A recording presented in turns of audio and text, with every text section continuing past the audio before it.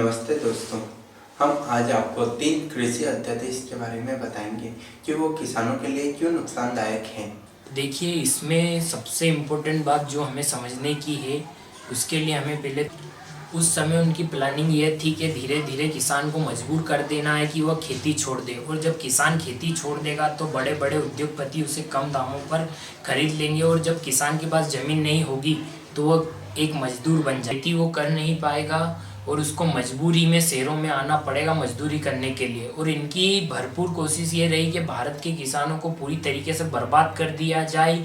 और जब खेती एक घाटे का सौदा बन जाएगी तो किसान खुद कहेगा कि मैं ज़मीन बेचना चाहता हूँ, और किसान खुद कहेगा तो बड़ी बड़ी कंपनियां उसे सस्ते दामों में खरीद लेंगी।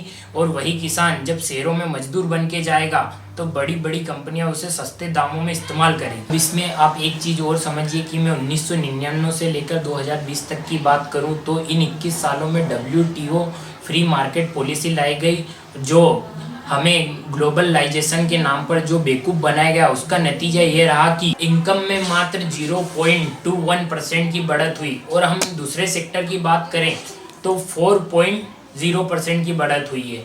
और अभी NASOS का डाटा आया है कि 50% किसान खुद खेती छोड़ना चाहते हैं, मजबूरी में खेती कर रहे हैं। इतना नुकसान का सौदा बन गया है। तीसरी इम्पोर्टेंट बात यह है कि फ्री मार्केट पॉलिसी के नाम पर अब तक हमारे देश ने 14 फ्री ट्रेड एग्रीमेंट दूसरे देशों के साथ किए हैं। इसका नतीजा, इसका रिजल्ट ये आया कि अब तक हमारे देश का जो एग्रीकल्चर एक्सपोर्ट था वो कम होता गया, और जो हमारा एग्रीकल्चर इंपोर्ट था वो लगातार बढ़ता गया। इसी संदर्भ में मैं इन तीनों बिलों को देखता हूँ, यही मेरा मानना है। अभी हमारी जो सरकार है इसके ऊपर WTO का बहुत ज़्यादा दबाव है MSP के विषय पर। अभी कई साल पहले अमेरिका और अन्य देशों ने WTO में हमारे देश के खिलाफ केस कर रखा है। 1-2 साल में उसका रिजल्ट आना है, इसलिए सरकार के ऊपर दबाव है कि वो MSP ख़त्म करे। जो कृषि अध्यादेश है, the farmer produce trade and commerce, इसमें कहा गया है केंद्र सरकार द्वारा कि हम एक मंडी एक देश बनाएंगे, और जो APMC मंडी का जो सिस्टम था उसमें चेंज करने की बात कही गई है। APMC मंडी क्या है? देखिए, पहले क्या होता था, जब किसानों की फसल तैयार होती थी तो उस समय जो व्यापारी होते थे वो किसानों के दाम, जानबूझकर किसानों की फसलों के दाम गिरा देते थे और कम दामों पर किसानों से ले लेते थे। उसके बाद में जो उनके पास बड़े गोदाम होते थे उसमें वो स्टोर कर लेते थे, और बाद में अधिक कीमत पर कंज्यूमर को बेचते थे। यानी किसानों का भी एक्सप्लॉयटेशन होता था और कंज्यूमर का भी एक्सप्लॉयटेशन होता था। जो पूरा प्रोक्यूरमेंट प्रोसेस था एग्रीकल्चर प्रोड्यूस था, ये ट्रांसपेरेंसी और अकाउंटेबिलिटी लाने के लिए। देखिए, अलग अलग राज्यों ने अलग अलग समय पर अपने राज्यों में APMC एक्ट बनाया, जिसके तहत मंडियाँ स्थापित की गई। अब देखिए, APMC एक्ट में भी बहुत सारी कमियां हैं जिसमें सुधार की आवश्यकता है। जैसे कागजी तौर पर APMC मंडी का मालिक किसान है, लेकिन वहां पर भी धीरे धीरे व्यापारियों ने अपना होल्ड कर लिया और किसानों को अपने कंट्रोल से बाहर कर दिया है। यानी किसान आज वहां की पॉलिसी डिसाइड नहीं कर पा रहा है।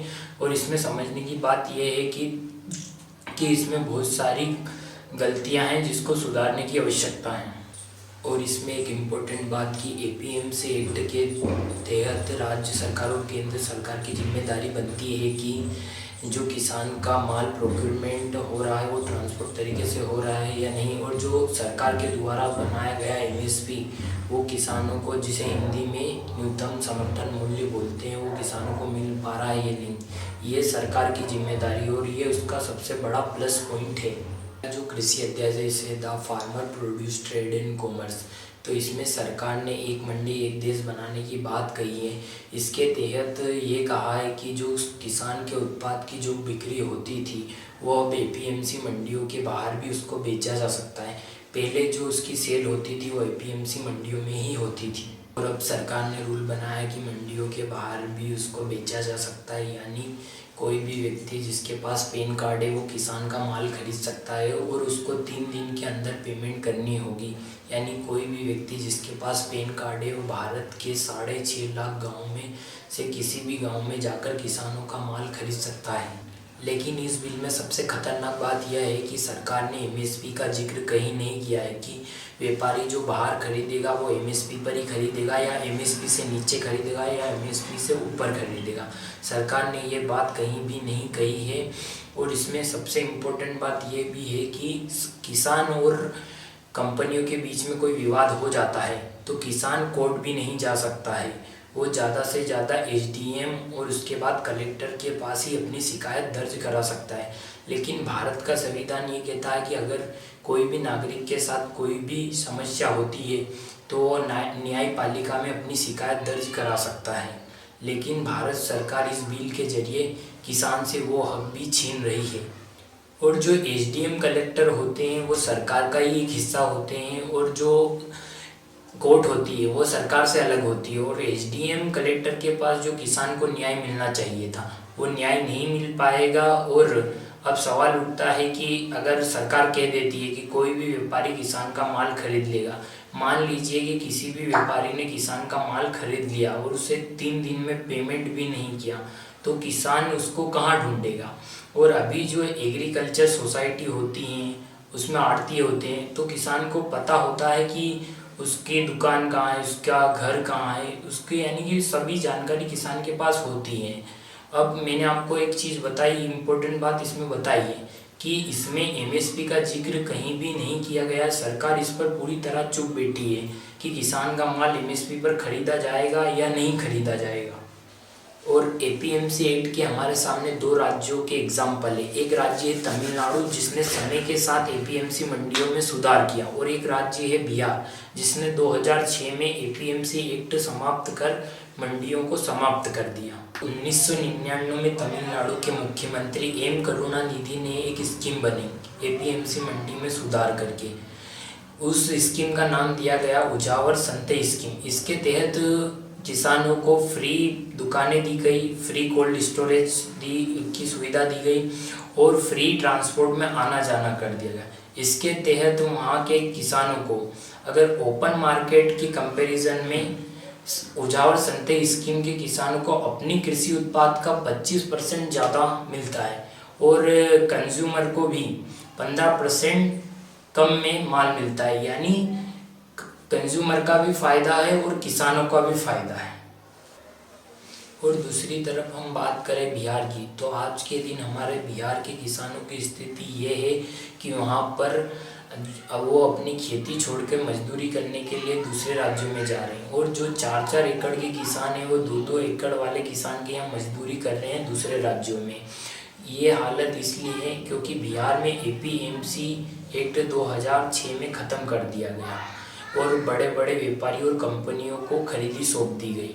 और बिहार की मेन फसल मक्का है जिसका सरकारी रेट 1850 रुपये है, लेकिन वहाँ की कंपनियाँ और व्यापारी 500 से 600 रुपये में खरीद रहे हैं, जिससे वहाँ किसानों को लागत भी नहीं निकल पा रही है। तो सरकार को एपीएमसी में सुधार करना चाहिए तमिलनाडु की तरह। लेकिन सरकार इस पहले कृषि अध्यादेश से सुधार की बजाय इसको खारिज कर रही है। और मैं एक चीज़ आपको बताना चाहूँगा कि इन कृषि अध्यादेशों को इंग्लिश में बोला जाता है फ्री मार्केट पॉलिसी। ये जो 1999 में यूएस और यूरोप में लाए गए तो ज़रा हम देखें कि इसका नतीजा वहाँ पर क्या आया। यूएस और यूरोप में लागू होने से पहले वहाँ के किसानों को agriculture produce final retail price का 40% मिलता था। यानी अगर कोई भी कृषि उत्पाद 100 रुपये में जाता था तो वहाँ के किसानों को 40 रुपये मिलते थे। और फ्री मार्केट पॉलिसी आने के बाद वहाँ के किसानों को मात्र 15 रुपये मिलते हैं अगर कोई भी उत्पाद 100 रुपये में जाता है तो वहाँ के जो बाकी का 25% जो 25 रुपये वहाँ के किसानों को मिलना था वो अब अमेरिका की बड़ी बड़ी कंपनियों वोल्मा जैसी अन्य कंपनियों को मिलता है। तो वहाँ के किसानों को फ्री मार्केट पॉलिसी से कोई फ़ायदा नहीं मिल पाया तो हमारे यहाँ पे कैसे मिल पाएगा। सबसे इम्पोर्टेंट बात यह है कि जो हमारे पॉलिटिशियन हैं, जो हमारे पॉलिसी मेकर है, उनकी सबसे बड़ी कमी पिछले 70 सालों में ये रही है कि वो हमेशा यूएस और यूरोप की कॉपी करना चाहते हैं। वो वहाँ की पॉलिसी को यहाँ पे लागू करना चाहते हैं। वो भारत के अनुसार पॉलिसी नहीं बनाते हैं। वो भारत की जनसंख्या है उसके अकॉर्डिंग भी पॉलिसी नहीं बनाते। वो हमेशा यूएस और यूरोप की कॉपी करने की कोशिश करते हैं। तो देखिए, आपको एक उसमें डिफरेंस समझना होगा कि जो अमेरिका और यूरोप है, वहाँ का जो एग्रीकल्चर है वो फॉर्म ऑफ बिजनेस है। आप अगर अमेरिका की बात करें तो वहाँ पर 2% लोग ही खेती से जुड़े हैं और वहाँ पर कॉन्ट्रैक्ट खेती की जाती है। किसी के पास 1000 एकड़ है, किसी के पास 2000 एकड़ है, और हमारे यहाँ पर 2 हेक्टेयर से ज़्यादा किसी के पास नहीं है। और हमारे यहाँ के किसानों को अगर फ़ायदा होता है तो वो उसकी फसल बेचने पर होता है। और अमेरिका और यूरोप के किसान फसल बेचकर अपनी आमदनी नहीं करते हैं, वहाँ की सरकार के द्वारा उनको सब्सिडी मिलती है, yellow subsidy, red subsidy, orange subsidy और भी अन्य सब्सिडी मिलती है। और दूसरा कृषि अध्यादेश एसेंशियल कम्युनिटी एक्ट 1955 में बदलाव के लिए किया गया है। पहले व्यापारी किसानों से औने पौने दामों पर उसकी फसल खरीद लेते थे और बाद में भंडारण करके उसकी काला बाजारी करते थे। उसको रोकने के लिए एसेंशियल कम्युनिटी एक्ट 1955 बनाया गया था कि एक लिमिट थी कि उससे ज़्यादा व्यापारी कोई भंडारण नहीं कर सकता। इस नए कृषि अध्यादेश के तहत आलू, प्याज, दलहन, तिलहन और तेलों के भंडारण पर जो रोक लगी गई थी उसको हटा लिया गया। अब समझने की बात यह है कि हमारे देश का 85% जो लघु किसान है वो लंबे समय तक भंडारण नहीं कर पाता है। तो ये अध्यादेश बड़ी कंपनियों की काला बाजारी के लिए लाया गया है, जो लंबे समय तक भंडारण अपने गोदामों में कर लेंगे और बाद में ग्राहकों को ऊंचे दामों पर बेचें। तीसरे कृषि अध्यादेश का नाम है the farmers agreement on price assurance and farm service ordinance. सरकार क्या कर रही है, इसके तहत कॉन्ट्रैक्ट फार्मिंग को बढ़ावा दे रही है। यानी सरल भाषा में कहे तो किसान अपनी ही ज़मीन पर मजदूर बन जाएगा और अमेरिका की तरह बड़ी बड़ी कंपनियां यहाँ पर खेती करेगी। यानी ये अब भविष्य है यहाँ का। और एक चीज़ और बताना चाहूँगा कि अभी कुछ दिन पहले की ही एक रिपोर्ट आई है कॉन्ट्रैक्ट फार्मिंग से जुड़ी हुई। जैसलमेर में बड़ी कंपनी ने 800 किसानों के साथ कॉन्ट्रैक्ट किया और कॉन्ट्रैक्ट इंग्लिश में किया। कुछ ऐसी कंडीशन आने की वजह से 50 ईयर की लीज पर ज़मीन ले ली गई।